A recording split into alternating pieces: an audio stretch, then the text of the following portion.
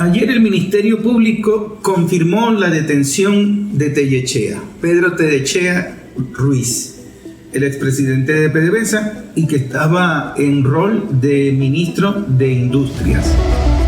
La detención se informó con un comunicado.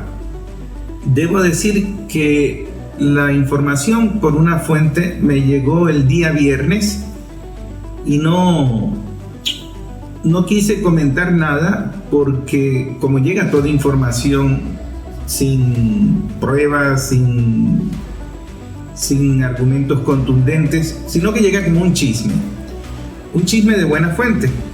Pero hasta ese momento lo que se sabía era una salida de Tellechea, una fuerte discusión con el presidente y bueno, algunos cambios que se iban a avecinar y que se estaban estancando otros movimientos. Así que con el debido respeto a la audiencia decidimos no comentar nada y esperar.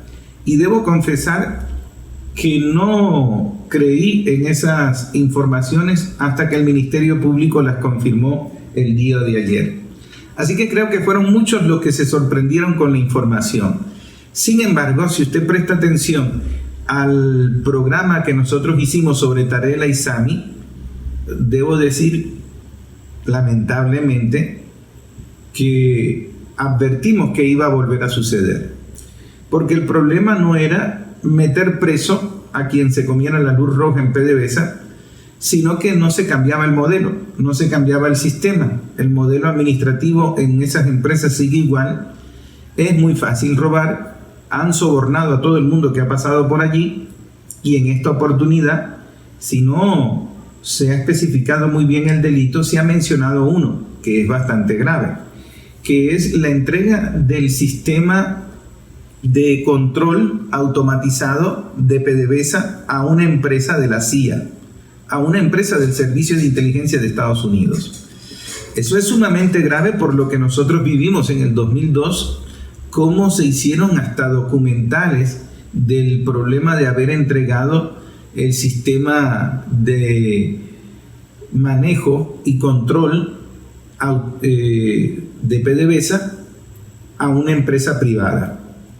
Nos sucedió durante el golpe y hemos advertido que no hemos aprendido del golpe de petrolero del 2002 y no hemos aprendido porque no hemos cambiado el modelo, porque volvieron muchos de los trabajadores que estuvieron involucrados en esa intentona golpista y además seguimos en el mismo modelo de negocio.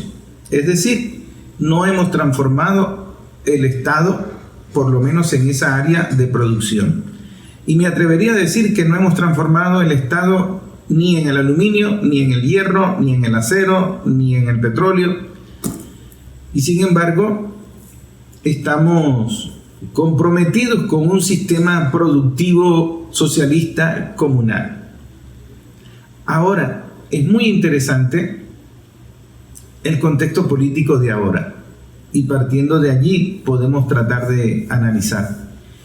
El presidente hizo un programa ayer especial a 12 años del golpe de timón, el discurso de Hugo Chávez, donde se compromete con la comuna o nada, pero el presidente de la República, Nicolás Maduro, no aborda el tema de PDVSA, aborda el tema de la corrupción en un momento del programa a los inicios, donde habla de los mercenarios detenidos y habla del problema de las agresiones, de los intentos de golpe, de las manipulaciones y mentiras desde un portal llamado Infobae, pero no hace reflexión política de PDVSA, probablemente por obvias razones. Es un proceso de investigación. El Ministerio Público apenas ratificó ayer la detención de Tellechea junto con su entorno, así que no se va a dar información hasta que no se tenga en detalle. Curiosamente tampoco se dio la rueda de prensa del PSUV. Entonces, mucha gente debe estar hoy en la incertidumbre de qué sucedió.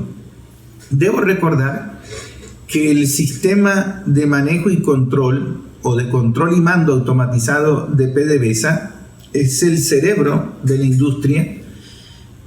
Es un sistema muy complejo donde se pueden cerrar válvulas, se pueden acometer acciones que tienen que ver directamente con la productividad y que pueden provocar un daño si está en malas manos.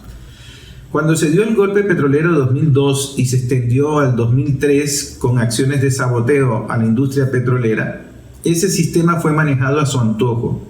Ustedes deben recordar los buques petroleros como el Pilín León, que fueron secuestrados, y muchas tuberías o válvulas. Yo no conozco en detalle la empresa, no soy ingeniero, pero sí se informó en detalles en documentales cómo se controlaba todo el sistema informático para manejar y controlar las válvulas. Y eso afectó a Venezuela por muchos meses. No teníamos ingresos, no teníamos gasolina, es decir, se estaba acabando con la economía venezolana para forzar el golpe. Así lo creyó la gente del petróleo. Algunos de ellos terminaron en Miami, asilados en Estados Unidos, pero otros se quedaron en PDVSA. Hay dos componentes que tiene el Estado venezolano, que son muy obvios. Está el componente económico y el componente militar. Son dos piernas claves para tener el control del país. No te puedes dar el lujo de tener una fuerza armada pro-yanqui que de alguna manera te pueda dar un golpe como lo hicieron en Chile, como lo han hecho en tantas dictaduras en América Latina. Pero en Venezuela no te puedes dar el lujo de no tener el control de PDVSA, porque PDVSA es la gallina de los huevos de oro. PDVSA es la empresa que te da el mayor ingreso en dólares al presupuesto nacional. Es decir, quien controla PDVSA controla el poder, incluso controla a todos los empresarios privados de este país, porque es lo que mueve la economía nacional. Nosotros somos monorrentistas, monoproductivos y estamos en un proceso de cambiar esa situación. Pero no existe en el mundo una materia prima que sustituya al petróleo. No existe en el mundo una materia prima que le dé vida al capitalismo como se lo da el petróleo. Eso quiere decir que la dependencia con el petróleo está en este momento más vigente que nunca en el mundo y en el país, particularmente en el país. Desde la revolución se han hecho muchos esfuerzos, se han hecho planes agrícolas, se ha buscado diversificar la economía, incluso se ha nacionalizado el oro, se ha permitido la minería y se ha sido flexible con la minería, particularmente la producción de oro, y sin embargo así no hemos encontrado un sustituto de la industria petrolera. A pesar de que tenemos un gran porcentaje de consumo de alimentos producidos en el país, a pesar de que estamos diversificando la economía, exportando otros rubros lejos del área energética, y ahora se está hablando de la inversión en gas, PDVSA sigue siendo el corazón de la economía y sigue siendo la razón por la cual estamos invitados en la cumbre de los BRICS. De manera que es un error gravísimo entregar a una empresa del Servicio de Inteligencia de Estados Unidos el sistema de manejo y control automatizado de PDVSA. El Ministerio Público emitió un comunicado. Obviamente se espera rueda de prensa en esta semana, probablemente el día de hoy o día de mañana, conociendo al fiscal, es lo más probable. Pero aquí hay tres reflexiones que debemos hacer. La primera, ¿por qué Tellechea hace un contrato con una empresa del Servicio de Inteligencia de Estados Unidos, siendo que firmar ese contrato significa un suicidio político? Eso no se puede esconder.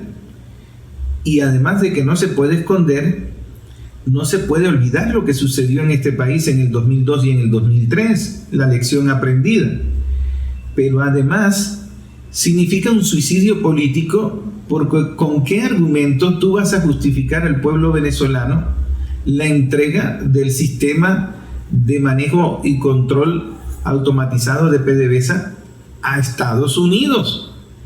El que te está embargando, el que te picó 2 aviones, el que te está robando el oro, el que te está colocando presidentes virtuales, el que te está robando o explorando en territorio para entregárselo a Guyana. Es decir, yo no creo que una persona sea tan analfabeta en lo político para tomar ese tipo de decisiones y esperar que no haya consecuencias. ¿Cómo tú ocultas la firma de un contrato de esa magnitud? Y digamos, en el mejor de los escenarios, que haya sido una trampa cazabobos, que algunos asesores malintencionados lo hayan puesto a firmar ese contrato, igual vas preso. ¿Cómo tú vas a permitir que en el entorno de PDVSA alguien te haya recomendado que tú firmes un contrato con una empresa de Estados Unidos? Ponte que no sea de la CIA, ponte que sea una empresa bien intencionada privada de Estados Unidos, pero ¿cómo tú vas a entregar la vigilancia y control manejo de PDVSA a Estados Unidos? Siendo que cualquier empresa está controlada por el sistema SWIFT.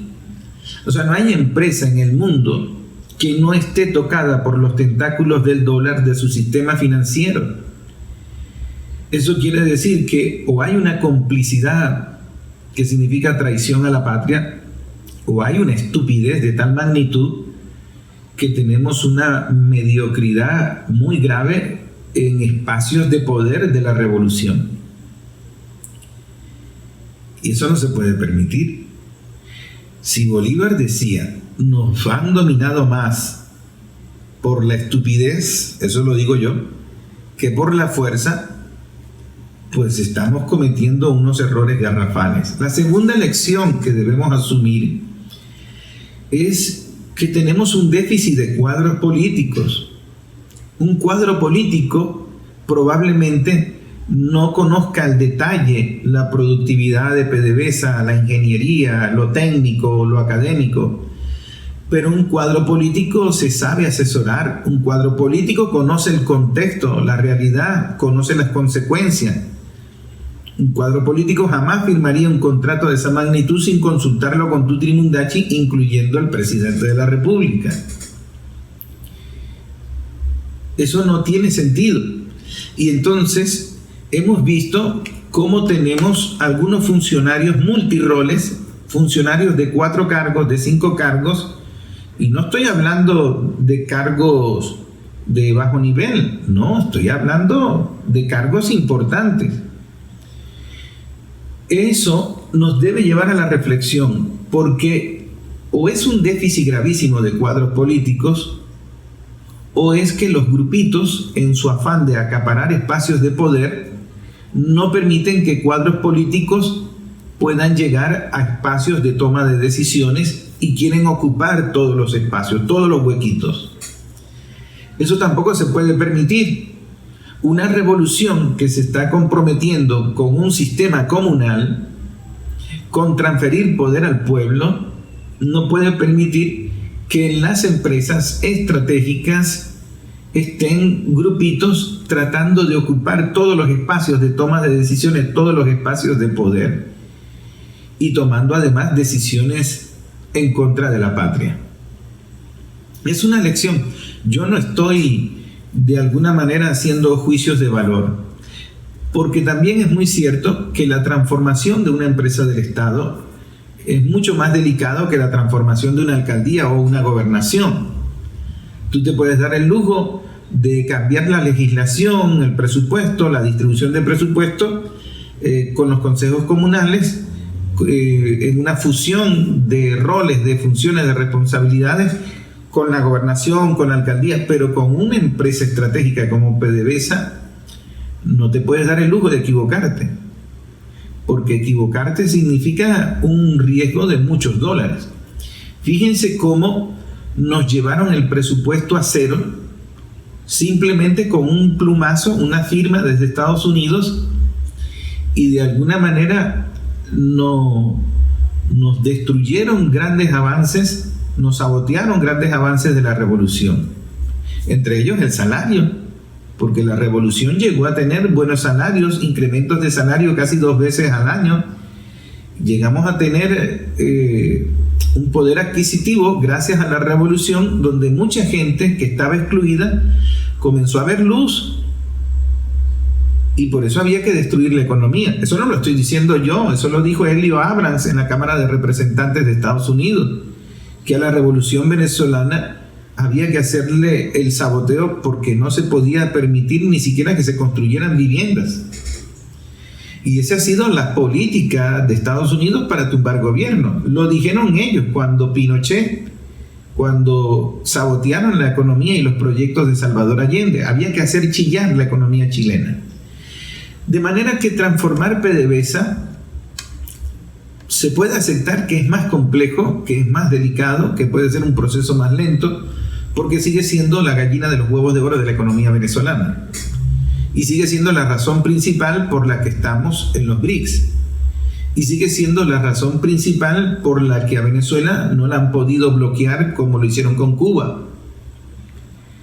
Entonces, debemos tener mucho más cuidado con PDVSA. Pero en PDVSA se han realizado transformaciones. Y una de esas transformaciones se dio precisamente en el 2003, cuando se dio el golpe petrolero. Y esa transformación, por ejemplo, ubicó a muchos funcionarios jubilados a rescatar PDVSA. Se le metió todo el componente militar a PDVSA. Es decir, el segundo motor que sostiene al país, que es el componente militar, se metió en pleno en PDVSA para poder tener control de PDVSA. Y en PDVSA se rompieron todos los protocolos, la meritocracia, para recuperar la empresa. ¿Y qué pasó? No aprendimos absolutamente nada. Y de allí hubo muchas responsabilidades. Hoy en día se puede decir que Rafael Ramírez fue responsable de muchos personajes que estaban saboteando PDVSA, que estaban en contra de los trabajadores de PDVSA, y él les permitió volver. Hoy se puede decir, porque en aquel entonces, 2003, 2004, los discursos de Rafael Ramírez en la Asamblea Nacional te erizaban los cabellos cuando él decía cómo rescataban a PDVSA. Pero muchos trabajadores de PDVSA advirtieron que tal rescate se estaba perdiendo de nuevo, porque lo que habían logrado los trabajadores lo estaban deshaciendo las autoridades de PDVSA. Eso sí se denunció, sí se intentó advertir, y incluso el presidente Chávez, en su llamado al diálogo, a la concordia, digamos que avanzó y trató de mantener el país en paz.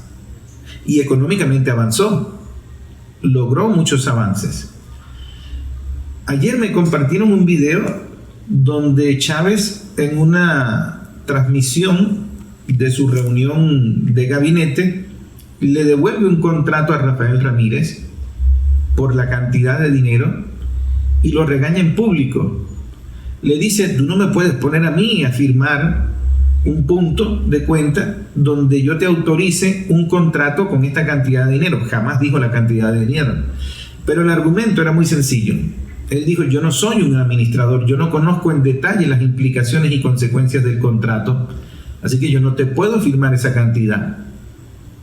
Y no era la primera vez, porque en el regaño televisado le advierte que ya eso ha sucedido. ¿Qué quiere decir esto? Eso es lo que hace un cuadro político: protege los intereses del país. Un cuadro político tiene que tener conciencia de las consecuencias de sus decisiones. Ahora, yo dudo de que haya sido Tellechea el que haya buscado la empresa para firmar ese contrato. Estoy casi convencido de que hay un entorno en PDVSA que son pueden ser lo que llama el presidente Nicolás Maduro enchufados, que andan dando recomendaciones de suicidio y que cuando cae el jefe, ellos se repliegan y se esconden en sus cargos dentro de PDVSA y continúan sus andanzas. Eso lo deben saber los trabajadores y eso lo han denunciado los trabajadores, porque sucedió en el 2002 y en el 2003. No todos los que salieron acompañando a Pedro Carmona, no todos los que salieron dando ruedas de prensa con las autoridades de PDVSA se manifestaron públicamente. Muchos de ellos se quedaron en PDVSA bajo perfil, pero estaban en la intentona golpista. Y eso sigue sucediendo en el Sistema Eléctrico Nacional, en PDVSA, etc. Ahora, ¿cómo corriges eso? Porque un cuadro político no es solamente el que se las da de muy vivo, de muy astuto. Esa viveza criolla a veces también es corrupta, también es burocrática y también es mediocre. Un cuadro político requiere tener trayectoria, transparencia, garantizar la honestidad. Cuando tú conoces a un personaje político de 20, de 30 años de lucha que se ha fraguado en las necesidades, en las batallas, en las derrotas, y conoces su trayectoria, ese cuadro político no lo puedes excluir, no lo puedes aislar. Cuando tú tienes personajes de reconocida trayectoria de transparencia, de honestidad, pero que además tienen formación académica, formación técnica, no puedes negar su participación por muy duras que sean sus críticas. Por ejemplo, un señor como David Paravicini, no lo puedes excluir y dejar de escuchar sus recomendaciones. Un señor que es una cátedra viva, como Carlos Mendoza Potelá, no lo puedes excluir y negarte a escuchar sus críticas, porque son personas de una gran trayectoria que todo el mundo conoce, que conocen PDVSA y que te están diciendo lo estás haciendo mal. Entonces llegamos a la soberbia de no aceptar la mediocridad de a quien le estoy dando la responsabilidad, de estar colocando a alguien por recomendación de un grupito, y entonces volvemos a pasar por los mismos escenarios. ¿Y cuál es el mismo escenario? Otra trama de corrupción en PDVSA, otro presidente de PDVSA detenido. Y alguien pudiese decir, pero lo estamos deteniendo, estamos luchando contra la corrupción, caiga quien caiga. Es verdad. Sin embargo, la corrupción es una consecuencia, no una causa. Así que la solución al tema de la corrupción o la lucha contra la corrupción no es solamente punitiva, no es solamente esperar el delito y cometerlo, sino cambiar el sistema, cambiar el modelo para por lo menos atacar las causas. ¿Y cuáles son las causas? El poder imperial que tiene un presidente, el poder de decisión sin consulta a los trabajadores que tiene una directiva. Y de alguna manera, si te arriesgas a tener un presidente de PDVSA, una directiva de PDVSA que es contraria a los intereses del Estado y que se deja comprar por los dólares de una empresa privada que está al servicio de la inteligencia norteamericana, eres vulnerable, pones en riesgo la economía del país, pones en riesgo el plan de la patria, pones en riesgo muchas cosas, pones en riesgo la comuna. Fíjense cómo Tarek El-Aissami no solamente era el presidente de PDVSA, era el responsable de la política económica del país. En un momento en el que nos estaban disparando con el dólar, nos estaban masacrando el salario con el dólar paralelo, nos estaban incrementando el precio de los productos y teníamos al traidor asumiendo la política económica del país o tomando decisiones en un espacio importante de la política económica del país. Eso tenemos que aprender la lección. En PDVSA se han dado varios intentos, se les ha consultado a los trabajadores, a pesar de los sindicatos, porque el problema de los sindicatos que han sido leales a la revolución, que han sido leales al presidente Chávez y leales al presidente Maduro, es que el sindicato frena la participación, es como una alcabala para la participación de los trabajadores. Porque para ellos sobrevivir políticamente dentro de ese espacio, tienen que manejarse como grupitos, como parcelas. Entonces, allí se va perdiendo la oportunidad de escuchar las recomendaciones de los mejores. Entonces queda como un filtro distorsionado. Y el sindicato también, en su modelo administrativo, es anacrónico, porque también tiene un cacique, un caudillo, un grupito, y también quiere ocupar todos los cargos con ese grupito. Y no funciona, hay que tener humildad, y tener humildad de abrir los espacios, reclutar a los mejores y escuchar de los mejores con trayectoria las recomendaciones que se tienen que hacer. Eso está sucediendo en todas las empresas del Estado, porque es que también hemos detenido a expresidentes de Sidor, hemos detenido a los expresidentes de CBG. Es decir, es un fenómeno burocrático de mediocridad y traición en la industria estatal venezolana. ¿Por qué? Porque el sistema de industrialización, el sistema productivo industrial de Venezuela fue hecho a imagen y semejanza de los modelos creados por Estados Unidos. Fue hecho para proteger los intereses de Estados Unidos. Fue creado por ellos. Eso no lo estoy inventando yo. La nacionalización de PDVSA la hicieron los gringos. Eso está documentado y muy poco estudiado. Los venezolanos saben poco la historia de PDVSA. Conocen poco lo que fue la caja negra de PDVSA, la olla podrida de PDVSA cuando se dijo en su momento.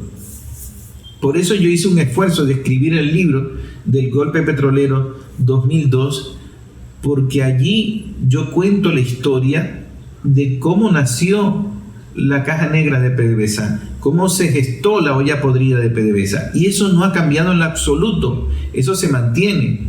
Usted puede buscar en mi canal de YouTube la presentación del libro Golpe Petrolero 2002, y allí yo explico claramente cómo es el delito en PDVSA y cuán fácil es robar en PDVSA. Eso ha sido histórico, eso no es de la revolución. Eso, incluso el Viernes Negro en la administración de Luis Herrera Campín tuvo que ver con la corrupción en PDVSA, la evasión fiscal y meterse todo ese poco de dólares luego de la devaluación de la moneda. Eso fue contra los intereses de la patria. Y ese delito quedó impune. Calderón Berti sigue dándose golpes de pecho y dando discursos de moralidad y de transparencia, y él fue uno de los corruptos más grandes de este país. Toro Hardy también estuvo en eso, Luis Justi estuvo en eso. De manera que PDVSA es una industria, un modelo administrativo que nosotros hemos tenido intentos de transformar y hemos perdido esas batallas. A pesar de que rescatamos PDVSA, hemos perdido esa guerra. Ganamos la batalla del 2002, ganamos la batalla de que secuestraron el barco Pilín León, etc. Pero la guerra la perdimos. Porque, ¿qué decía Rafael Ramírez? Rescatamos PDVSA. ¿Qué decía Laizani? Rescatamos PDVSA. ¿Qué decía Tellechea? Vamos a rescatar PDVSA. ¿Cuántas veces vamos a rescatar PDVSA?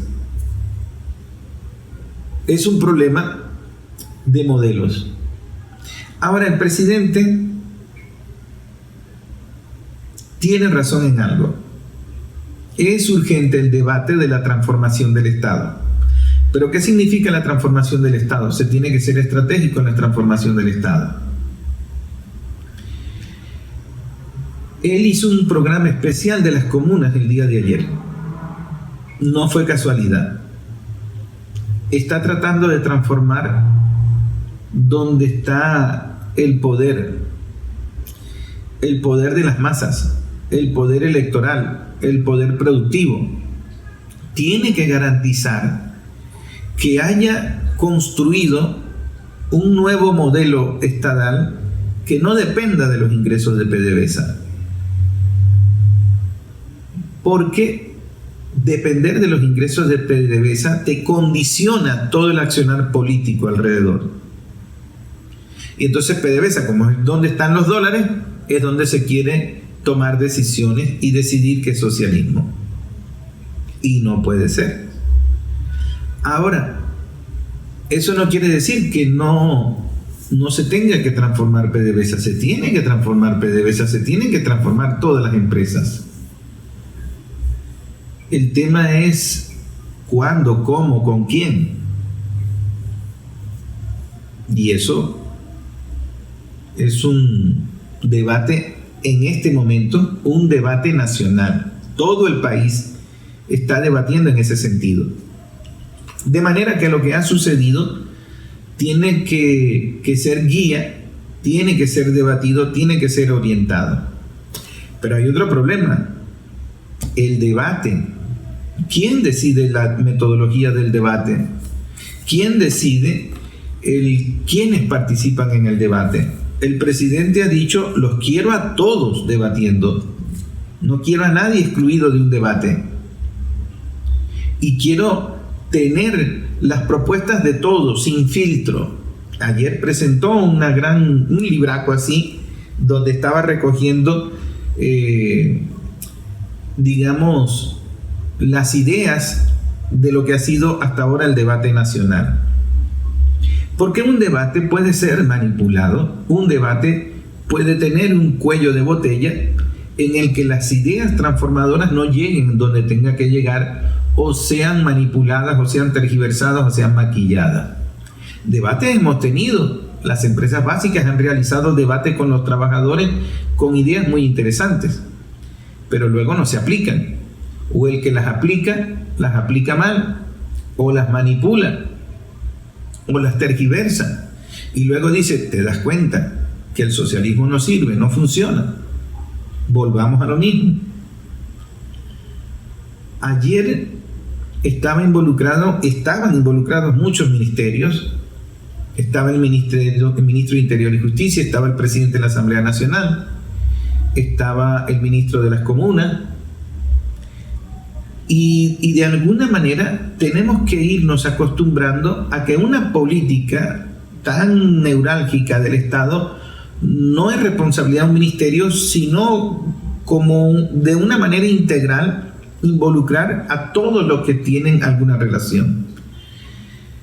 Por ejemplo, en el área comunicacional, que yo tanto estudio porque es mi vocación, yo he dicho que en el tema de la comunicación, de regular las redes sociales por el ataque que están realizando los dueños de las redes sociales contra el país, se tiene que involucrar al Ministerio de Salud, el Ministerio de Cultura, el Ministerio de Comunicación, incluso el Ministerio de Ciencia y Tecnología, pero incluso el dinero.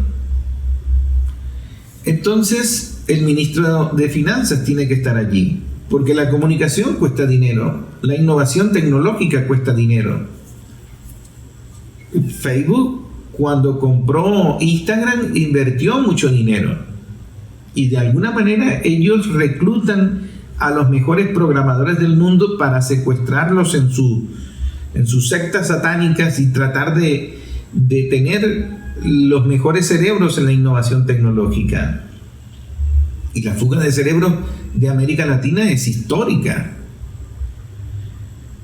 Nosotros necesitamos que algunos temas neurálgicos sean de manera integral. El abordaje. Eso funcionó con el Ministerio de Vivienda.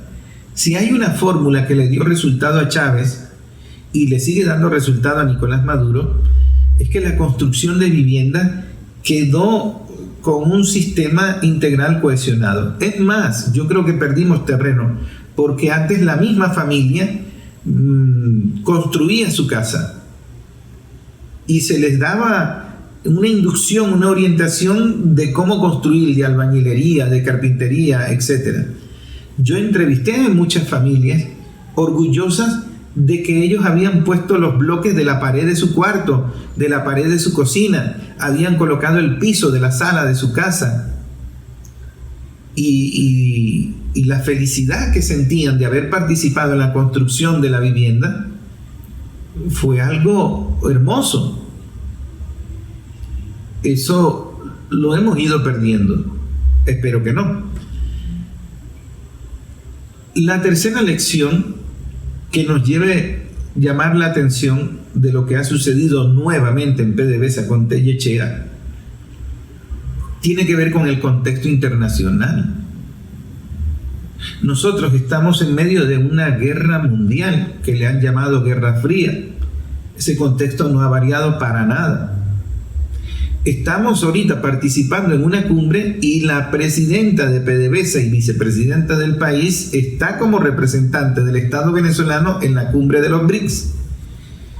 Y la cumbre de los BRICS es, digamos, la puerta a un nuevo mundo multipolar en el que nosotros tenemos una ubicación privilegiada por nuestras reservas de petróleo, por nuestra industria petrolera y por la revolución que estamos liderando en América Latina, que se ha considerado socialista y antiimperialista. Eso nos tiene en un lugar privilegiado en Rusia, en esta cumbre. Y es un contexto el cual nosotros debemos darle lectura, porque pareciera que Tellechea no ha comprendido absolutamente nada si está firmando un contrato para entregar el sistema de manejo y control automatizado de PDVSA. O sea, pero ¿cómo tú, en este contexto de cumbre de los BRICS, de movimientos, de guerras mundiales, tú vas a firmar un contrato con Estados Unidos? ¿Pero cómo se te ocurre? Y eso es lo grave del asunto. Hasta el día viernes, Tellechea era un cuadro político. Un cuadro político no puede ser cualquiera. No puede ser que hayamos tenido como cuadros políticos a Rafael Ramírez, Tarek Aizami, Del Pino, Tellechea, todo seguido. La conclusión es que no hemos dado pie con bola en PDVSA y hay que tener humildad para asumirlo. Y eso es un debate. Es un debate que debe ser transversal a todo el país. El Gran Polo Patriótico ha sido convocado para debatir eso. Yo pienso que debería, porque allí pueden haber ideas interesantes que se puedan manejar.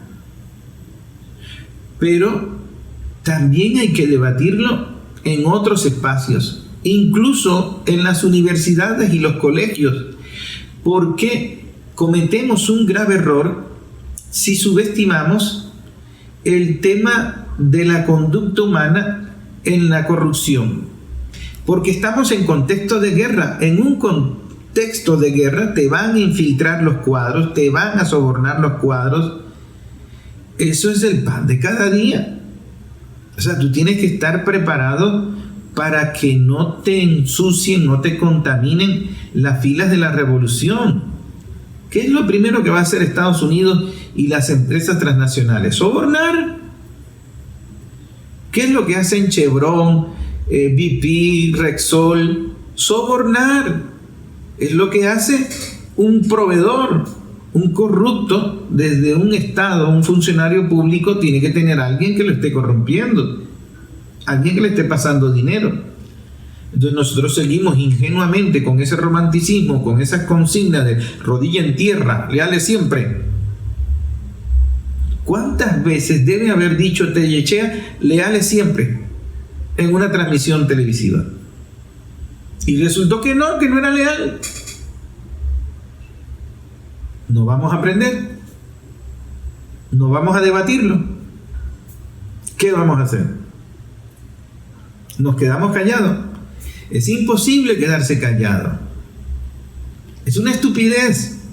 Porque cuando tú no lo debates y te quedas callado, los dueños de las redes llenan ese vacío y comienzan a meter los fake news, las mentiras, los chismes, los rumores. Es absurdo no debatirlo. Lo que tienes es que debatirlo con un liderazgo político.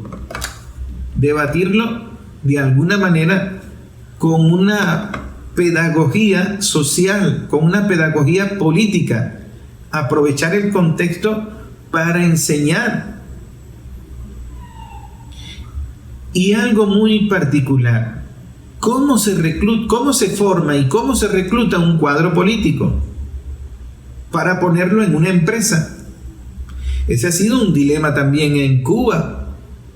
Yo recuerdo unos políticos cubanos que yo conocí, que ellos me decían, mira, hubo un momento en que teníamos en Cuba unos piquitos de oro que hablaban con unos discursos maravillosos, pero los ponías a dirigir una empresa y fracasaban. Nosotros no estamos formando cuadros políticos. La formación de cuadros políticos la tenemos de alguna manera estancada. ¿Cómo se forma un cuadro político? Yo no lo sé, se lo confieso. Pero las personas a las que yo he preguntado este tipo de problemas me han dicho algo que me suena interesante. Un cuadro político tú no lo puedes formar en un aula académicamente. Un cuadro político tú lo formas en una trayectoria de vida. Y un cuadro político no lo puedes formar en la teoría. Porque yo me leí el libro yo me estudié el libro Tú tienes que leer y tienes que estudiar, tienes que investigar. Pero tú tienes que aplicar esa teoría en el territorio. Y además ser productivo con esa teoría en el territorio. Demostrar que lo que tú estás aplicando en el territorio tiene un resultado concreto, productivo. De manera que no es fácil. Porque un cuadro político te puede tardar 20 años en su formación y de la noche a la mañana te traicionó. Entonces, debemos debatir de qué va la formación de un cuadro político. Porque cuando tú colocas a un cuadro político en 5 cargos estratégicos, no estás diciendo que ese cuadro político es un superdotado. Estás diciendo que te faltan 4 cuadros políticos. Cuando tú quitas a uno de una empresa estratégica y lo pones en otra empresa estratégica y después lo pones en otro cargo estratégico, tú no estás diciendo que ese es un superdotado que puede cumplir todas esas funciones. Tú lo que estás diciendo es que te faltan cuadros políticos para ocupar espacios estratégicos. ¿Y cuánto tiempo van a tener? Entonces tú tienes que reclutar y renovar. Entonces tienes un problema con la formación de las nuevas generaciones. Por eso es importante el debate nacional que se está dando en este momento. Y por eso yo lamento decir que se repitió la historia de Tarek El Aissami en el corto plazo, no pasó un año, porque no estamos atendiendo la transformación del modelo en las empresas. Es muy importante lo que está haciendo el presidente de apostar a la transformación con la comuna. Ayer habló del sistema educativo, habló de la universidad. Yo tengo mis dudas con el espacio decisivo de la universidad, porque yo no confío en el cuadro político que pusieron de ministro de Educación Superior, de Educación Universitaria, por la trayectoria de dónde viene ese ministro, qué fue lo que hizo ese ministro en el pasado. Y yo digo, ¿por qué confiar en un ministro que estuvo en las guarimbas? En un muchacho que ha demostrado en su trayectoria. Esa es la duda que yo tengo. La duda de que sea un cuadro político el responsable de la educación superior. Una necesidad política, no lo sé. Pero allí se refleja el problema de los cuadros políticos. Y en el área neurálgica como lo es la formación. Hay que tener paciencia, hay que seguir recomendando, hay que seguir investigando, hay que seguir estudiando y hay que de alguna manera acompañar el proceso y la transformación, porque cuando Simón Rodríguez decía inventamos o erramos, nosotros tenemos que asumir los errores cuando nos equivocamos. El Ministerio Público acaba de confirmar dolorosamente que nos volvimos a equivocar en PDVSA. Hay que esperar más información de las investigaciones del Ministerio Público y las reflexiones políticas que se hagan una vez determinado qué fue lo que pasó y se informen de los otros delitos que se cometieron en PDVSA. Porque, según el comunicado de la Fiscalía, no solamente fue la entrega del sistema de manejo y control automatizado de PDVSA, sino otros delitos y otros detenidos en el entorno de Tellechea. Ahora, presten mucha atención a la siguiente reflexión, porque quizás es lo más importante que podamos aprender de lo que ha sucedido nuevamente en PDVSA. El presidente en su programa estuvo dándole prioridad al tema de la transformación a través de la comuna, de los circuitos comunales. Incluso ordenó conformar 5.000 comunas para el año 2026. En un año lograr 5.000 comunas. ¿Y por qué es lo más importante? Porque cuando nosotros hablamos de transformar, de que no vuelva a suceder, las transformaciones, lo dice el presidente, viene desde las bases, de organizarse en las bases. Pero no es una organización desde las bases ni partidista, ni burguesa, ni de la institución, sino del pueblo organizado, empoderar al pueblo organizado para poder transformarlo todo, incluyendo PDVSA. Entonces los trabajadores, cuando uno habla con ellos, les da miedo la represalia, les da miedo que se manipule la ley contra el terrorismo y se les agreda. Pero los trabajadores tienen que organizarse y los trabajadores tienen que entender que ellos no son exclusivamente nómina de PDVSA, de SIDOR, ellos son comuna también. Entonces yo me pregunto, por ejemplo, varios circuitos comunales pueden plantarse delante de una empresa, o por ejemplo las empresas de Guayana, y decirle, mira, nosotros los circuitos comunales tenemos un proyecto y queremos transformar la chatarra de las empresas básicas. No pueden negarse desde las empresas básicas que circuitos comunales quieren transformar la chatarra. Pero para eso necesitan un proyecto, para eso necesitan formación, para eso necesitan organizarse. Y hay mucha gente que no quiere participar del Consejo Comunal, que todavía desconfía, no cree en eso. Entonces no te quejes, porque la transformación va desde las bases. No es el ministro el que va a lograr la transformación, no es el presidente el que va a lograr la transformación. Son esas 5.000 comunas que se consoliden que van a lograr la transformación.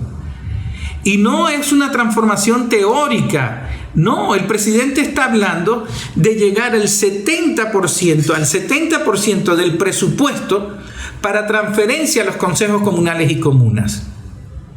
Es decir, les quiere dar el poder económico. El 70% del presupuesto transferido a los consejos comunales y comunas es mucho poder. Entonces la clave está en la calidad organizativa del consejo comunal, en la formación de los consejos comunales para consolidar los proyectos. Y de allí es que va a surgir la transformación del Estado, que es un proceso. De allí va a surgir la transformación al sistema productivo socialista comunal. No vas a encontrar un Dream Team, un presidente con una directiva superestrella, no vas a encontrar a un ministro superestrella. Eso no existe. Es la transformación desde las bases. Pero tienes que creer en ello, tienes que comprenderlo y tienes que participar. Y esa es la oportunidad que está poniendo en bandeja de plata la revolución, para que te lo creas, para que lo asumas. Es la única manera de transformar las empresas desde adentro, desde abajo, desde las bases, pero de una manera productiva, no solitaria. No es el sindicato, no es el partido, es el pueblo organizado en comuna, en circuitos comunal, para que pueda producir, para que pueda administrar el presupuesto, para que pueda planificar, para que pueda reclutar los cuadros políticos que velen por la trayectoria y garantizar la honestidad y la transparencia en nuestras principales empresas. Es una lucha, y una lucha en un contexto de guerra mundial, porque si te pones a ver, el bloque de los BRIC tiene la misma lucha.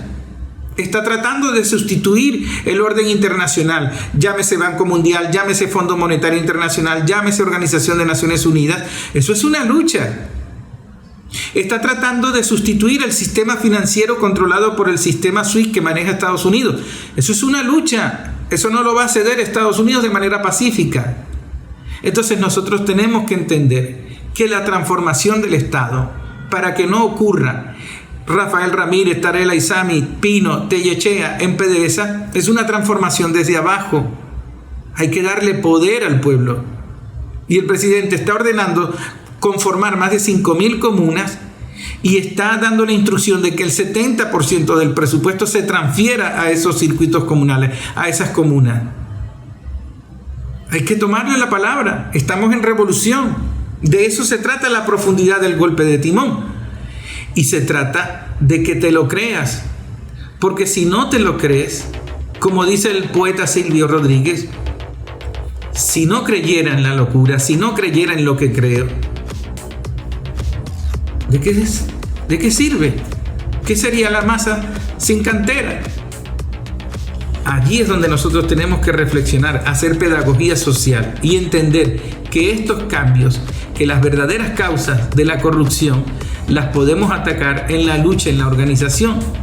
Y el circuito comunal, el consejo comunal, la comuna, es lo más avanzado políticamente que tenemos para determinar una transformación de la sociedad.